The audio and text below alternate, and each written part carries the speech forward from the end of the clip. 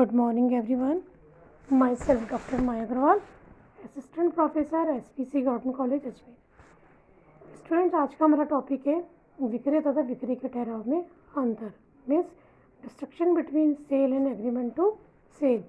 तो जैसा कि हम जानते हैं बच्चों, विक्रय में तो हम माल का हस्तांतरण कर देते हैं. उसके द्वारा विक्रय होने के पश्चात जो माल है उसका स्वामी जिस व्यक्ति ने मूल्य अदा किया है वो माना जाता है. जबकि विक्रय के ठहराव में माल के स्वामित्व का हस्तांतरण हम तुरंत नहीं करते, या हम कहें विक्रय के ठहराव में हम माल के स्वामित्व का हस्तांतरण किसी भावी तिथि पर करते हैं. तो प्राय हम देखते हैं कि विक्रय तथा विक्रय के ठहराव में पर्याप्त अंतर होता है, लेकिन कई बार कई लोग गलती करते हैं कि विक्रय और विक्रय के ठहराव में अंतर नहीं करते, दोनों को समान समझते हैं. लेकिन बच्चों, हमें ये ध्यान रखना है विक्रय तथा विक्रय के ठहराव में काफ़ी अंतर है.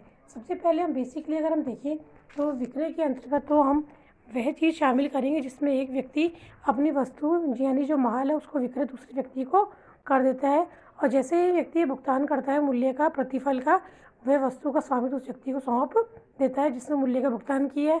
तो इस प्रकार विक्रेता द्वारा हस्तांतरण का अधिकार अब क्रेता के पास चला गया, तो उसे हम कहते हैं विक्रय.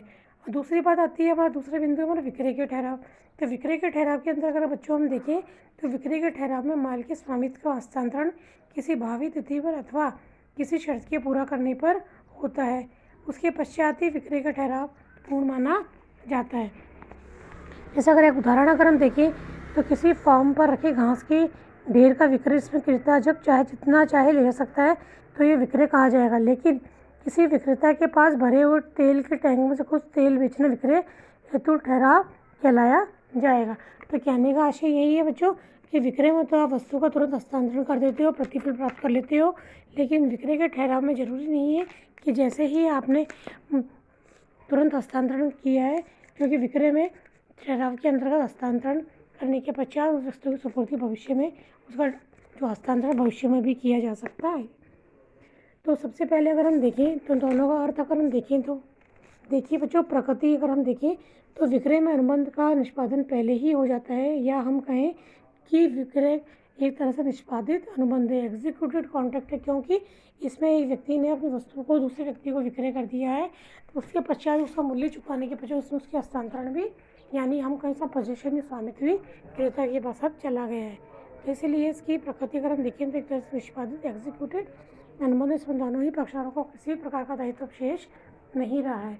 जबकि विक्रय का ठहराव अगर हम देखें तो इसमें पक्षकार निष्पादन होना बाकी है, यानी एक पक्षकार द्वारा तो अपना कार्य पूरा कर दिया गया है, यानी एक पक्षकार ने अपना सपोज करिए मूल्य का भुगतान कर दिया प्रतिफल का, लेकिन उसकी सुपुर्दगी जो उसका हस्तांतरण है भी किसी भावी तिथि को देना तय किया गया है, तो उसे हम विक्रय का ठहराव मानेंगे. सपोज करिए राम जो है श्याम से कोई किसी प्रकार का मान लीजिए 10 गेहूँ की बोरी खरीदने का ठहराव करता है, और राम ने श्याम को उसके लिए प्रतिफल के बदले 2000 रुपये का भुगतान मान लीजिए कर दिया है, लेकिन श्याम द्वारा अभी उसको गेहूँ की बोरी नहीं दी गई क्योंकि उसके बाद अभी माल उपलब्ध नहीं है. तो एक तरह से विक्रय का ठहराव माना जाएगा, क्योंकि निष्पादन ही है, क्योंकि इसके अंतर्गत एक के द्वारा अपना कार्य पूरा कर दिया गया है, जबकि दूसरे के द्वारा उसका कार्य पूरा करना भी शेष है. इस तरह से ये निष्पादनीय अनुबंध की श्रेणी में आता है विक्रय का ठहराव.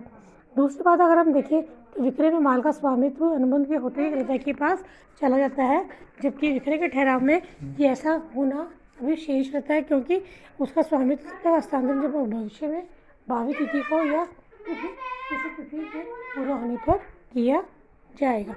इस तरह से अगर हम देखें तो विक्रय और विक्रय का ठहराव दोनों एक दूसरे से स्वामित्व के हस्तांतरण स्थिति में भी अलग पाए जाते हैं.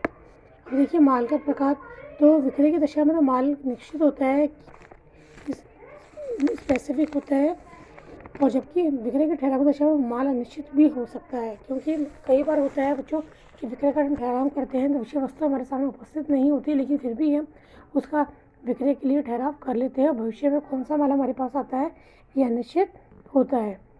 फिर है शर्त की अगर हम बात करें तो विक्रय में माल के हस्तांतरण की कोई भी शर्त नहीं होती है, जबकि विक्रय का ठहराव शर्तयुक्त होता है, क्योंकि भविष्य में भावी तिथि पर उसकी सुपुर्दी होती है, उसका स्वामित्व का हस्तांतरण होता है, तो उसमें किसी शर्त से जुड़ा हुआ होता है.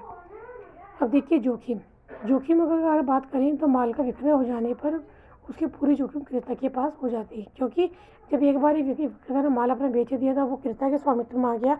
उसके पश्चात कोई भी घटना इस तरह की होती है जिससे रिस्क उत्पन्न होती है, तो उसकी सारी जोखिम क्रेता द्वारा स्वयं वहन की जाएगी। जबकि जो विक्रय के ठहराव में जोखिम पूरी विक्रेता पर रहती है, क्योंकि माल अभी भी उसके पास ही रखा गया है, क्योंकि वास्तव में उसको सुपुर्दगी अभी या हस्तांतरण अभी तक नहीं किया गया है। इसलिए विक्रय के ठहराव में जोखिम अधिक मात्रा में पाई जाती है। इसी प्रकार अगर हम देखें तो माल का पुनः विक्रय, रीसेल ऑफ गुड्स। तो विक्रय की दशा में माल का क्रेता का पुनः विक्रय आसानी से कर सकता है, क्योंकि एक बार विक्रेता ने जब अपना हस्तांतरण उस व्यक्ति के पक्ष में कर दिया, तो क्रेता अपनी इच्छा से कुछ भी उस माल के लिए कर सकता है। जबकि विक्रय के ठहराव की दशा में माल के पुनः विक्रय में कठिनाई आती है, क्योंकि विक्रेता द्वारा अनुबंध भंग कर देने पर पुनः विक्रय के ठहराव को पूरा करना थोड़ा कठिन हो जाता है। तो इस तरह से देखें हम तो विक्रय और विक्रय के ठहराव में काफ़ी अंतर है। तो कुल मिला के अगर हम इसका सार देखें, ये निचोड़ देखें, तो यही निकल के आता है कि विक्रय तो वह स्थिति है जिसमें एक व्यक्ति अपनी वस्तु का विक्रय करके अपना हस्तांतरण तुरंत दूसरे व्यक्ति के पक्ष में कर देता है, जिसे कि हम क्रेता कहते हैं। और विक्रेता द्वारा क्रेता के पक्ष में हस्तांतरण कर देने पर अब उस वस्तु पर, इस माल पर क्रेता का अधिकार उत्पन्न हो जाता है। और ऐसी स्थिति में जो भी जोखिम होती है क्रेता के हिस्से में आती है, क्रेता द्वारा वह